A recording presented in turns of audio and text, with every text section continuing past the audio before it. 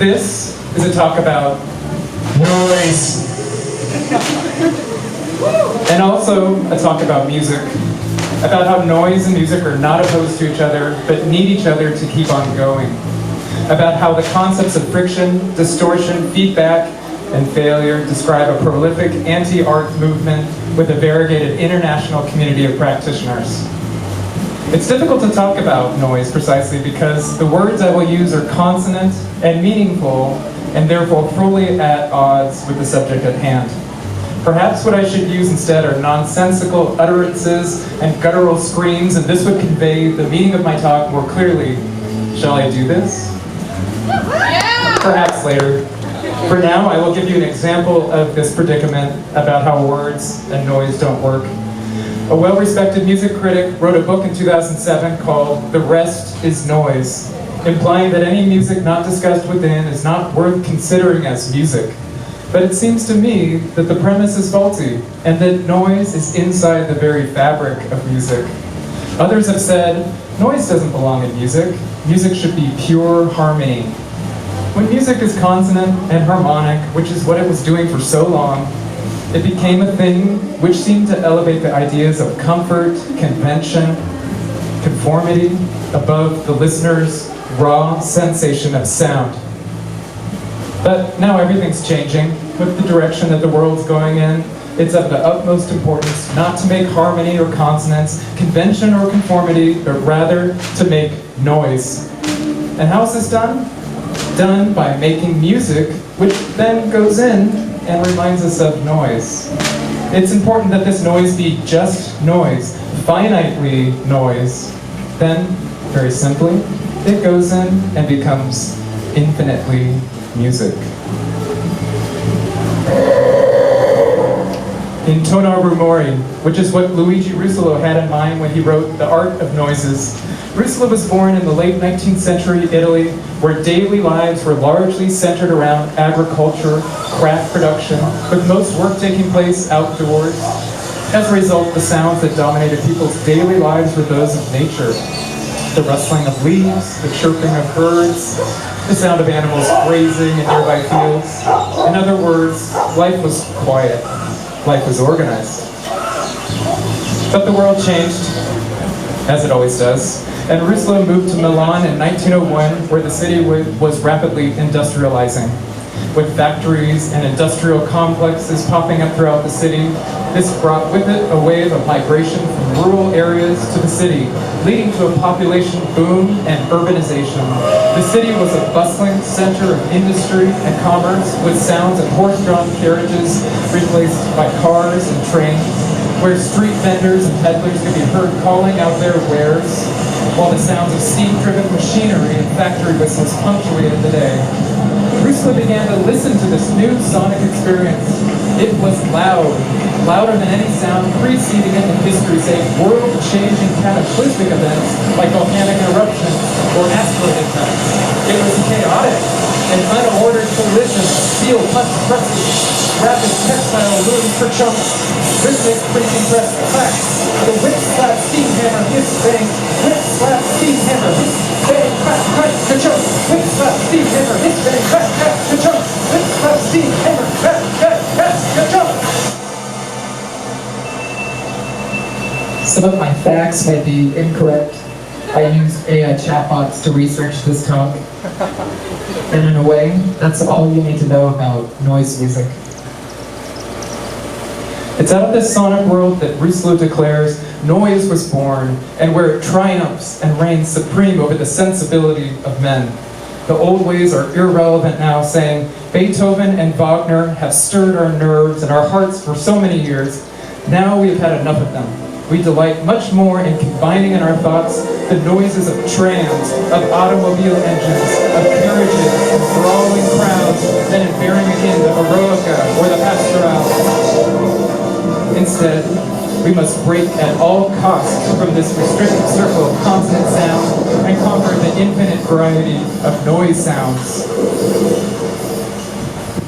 And so he makes new instruments to make new sounds. The intona rumori, or noisemakers, were constructed as wooden boxes containing a gut string under tension connected to a stretched animal skin head, excited by the friction of a hand-cranked wheel and amplified by a conical horn.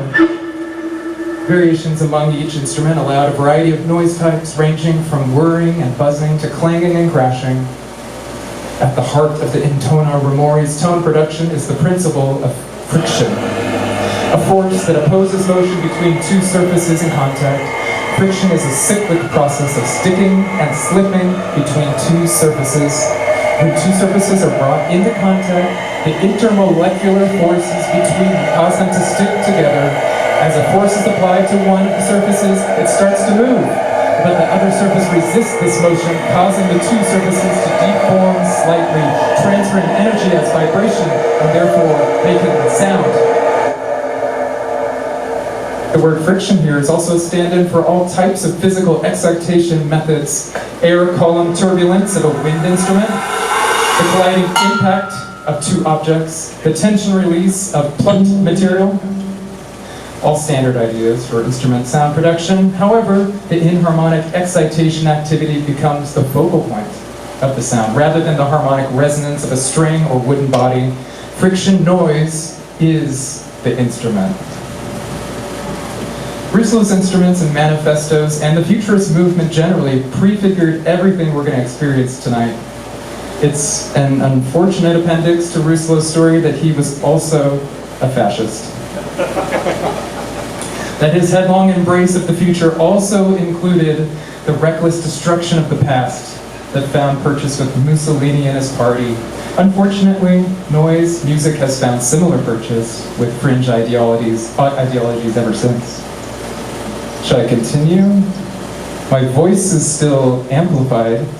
Amplification is what I seek, what noise seeks, what guitarists in the 1950s like Link Wray were seeking when they modified their vacuum tube amplifiers to create a gritty, dirty sound. What Grady Martin was seeking when he used a faulty amplifier circuit to create a fuzzy, distorted guitar tone, where the low-level background sound, the so-called noise floor, increases with radically high-gain amplification so that the signal and noise merge in thunderous rapture, where the noise floor becomes the ceiling. A fuzz circuit is an electronic circuit that alters the sound of an electric guitar or other musical instrument by adding distortion or overdrive. The basic function of a fuzz circuit is to take the input signal from the instrument, amplify it, and then clip the waveform, producing a distorted output signal. In the early days of electric guitar, guitarists were looking for more ways to make their instruments sound louder and more prominent in a mix, and overdriving the amplifier was a natural solution. One of the earliest recorded instances of distortion in music is in the recording of 3 O'Clock Blues by B.B. King, released in 1951. The fuzz circuit typically consists of a few components: a transistor, a capacitor, a few resistors. The input signal from the guitar is fed into the base of the transistor, which amplifies the signal. The capacitor is used to filter out any high-frequency noise or interference. The resistors are used to bias the transistor, which sets them out of gain in the circuit. In the 1960s, distortion enabled huge wall-of-sound tones central to the sound of psychedelic rock bands. In the 1970s, heavy metal and hard rock pushed music and distortion and overdrive in new extremes, and overdrive in noise music becomes essential to the listener's sense of cacophonous ecstasy. The output of the signal in the noise circuit can be further modified by additional components such as tone controls or filters, which allow the user to adjust the frequency response of the circuit. Some fuzz circuits also include a feedback loop, which can create even more complex and interesting sounds, where the noise floor becomes the ceiling, where the noise floor becomes the ceiling, where the noise floor becomes the ceiling, where the noise floor becomes the ceiling. A copy of this lecture has been published and hung behind the toilet in Project. And in a way, that's all you need to know about noise music. Acoustic feedback. The output of the speaker going back into the input of the microphone, recycling to howling effect. Pitch of the sound is a function of the distance between the two parts. Acoustic feedback existed from the beginning of the invention of sound reproduction technology using electricity and was regarded as a problem. The sound of acoustic feedback entered the spotlight in the 1960s, probably due to that decade's character of rebellion and dissent, and was regarded as useful material to express this attitude since it is created by purposefully misusing the equipment. It was exactly this unpredictability of sound production with acoustic feedback that made this an interesting music-making tool for many composers and musicians. Moreover, during the 1960s, it was an easy and cheap way to create live electronic music. Used to advantage by composers such as Robert Ashley when he composed his famous feedback piece, Wolfman, in 1964.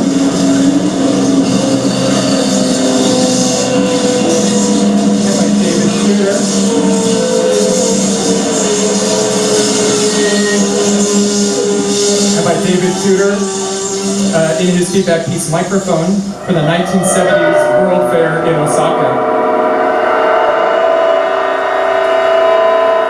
The concept of output feeding back into input can also be applied to electrical circuits. No need to involve air molecules. Louis and Bebe LeBaron's bespoke electronic instruments in the 1950s were designed to self-oscillate to the point of self-destruction. In the early 1960s, Gordon Moore's custom performance electronics used electronic feedback processes with recursive internal loops on the incoming instrument signal. Voila! Feedback, the musician's friend. Route the output back into the input. Voila! Feedback, the musician's friend. Route the output back into the input. Voila! Feedback, the musician's friend. Route the output back into the input. This talk contains large sections in imitation of John Cage, whose lectures on silence tell us more about noise music than my feeble attempt here. And in a way, that's all you need to know about noise music. When establishing a new musical language of friction, distortion, and feedback, we must contend with the European history of music and art, and remember that such and such is well done while something else is not, that so-and-so contributed this or that criteria. In short, we encounter the aesthetics of failure as an inevitable result of so-called success. Noise and glitch sounds are often associated with the aesthetics of failure because they represent the unexpected and uncontrolled aspects of sound. It's an approach that involves deliberately introducing errors, malfunctions, imperfections, and other types of flaws into the creation of music as a way of exploring the possibilities of sound and challenging conventional notions of musical aesthetics. Furthermore, the aesthetics of failure in music can also be seen as a reflection of our relationship with technology and the modern world. As technology becomes more integrated into our lives, the possibility of failure and malfunction increases, and the aesthetics of failure in music can be seen as a way of acknowledging and embracing that. This is what Mearsbaum meant when he recorded Paul's statement. Perfect for fixing road bike syndrome. Everything else rolled into one filter in a motor mount that goes into a pipe and straight up earthquake. In other words, safe. They're undertaking cool developments and external and internalized link calipers. Oscillation floorboard mechanical without fascism and not involved in virtual lefties. Everyone is sheer magic. Dark beyond real. Semi-transcendental greatness. In many ways, this talk exemplifies the aesthetics of failure. The frequent interruptions, the changes of voice, badly constructed thoughts, the collapse of intelligibility in favor of raw sounds, the unattributed quotations, blatant rip-offs, the factual errors, the stumbles planned or unplanned of my verbal delivery, the expletive-ridden biography of Mearsbaum.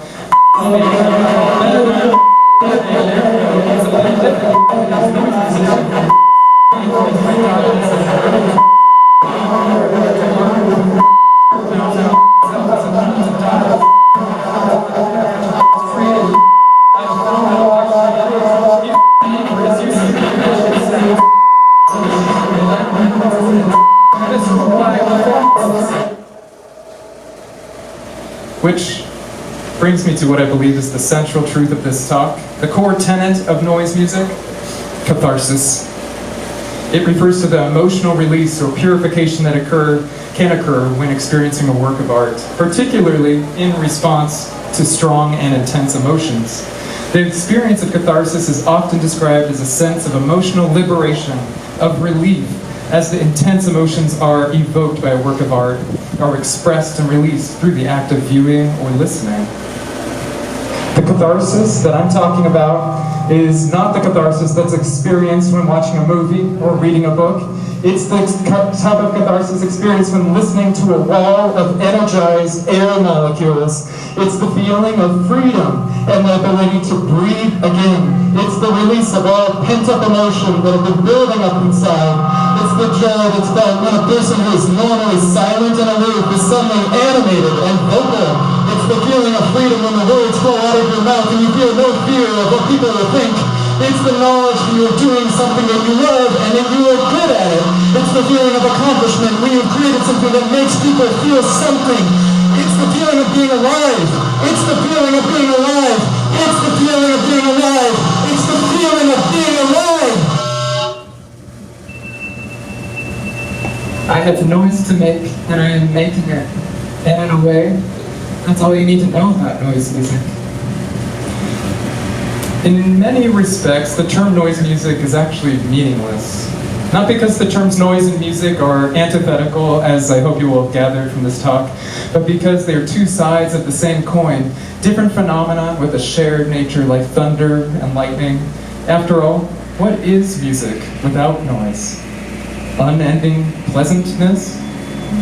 Lulling placidness? Empty sonic expression devoid of conflict, tension, catharsis. In other words, music devoid of the features of lived life, and therefore lifeless. Noise is reality, made naked unashamedly, reality unmasked. A portrait of ugliness made beautiful by honesty.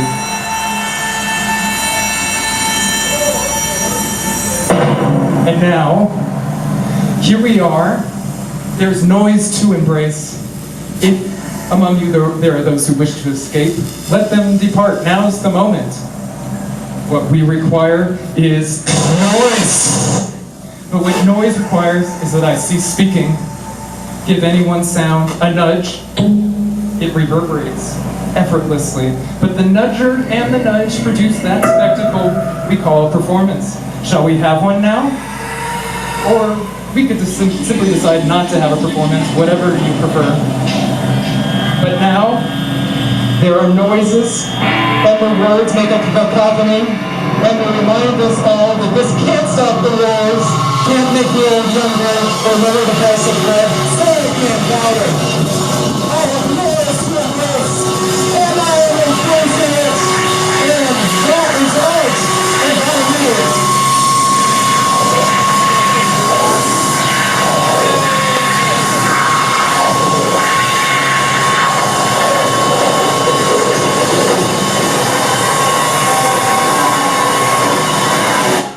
Thank you.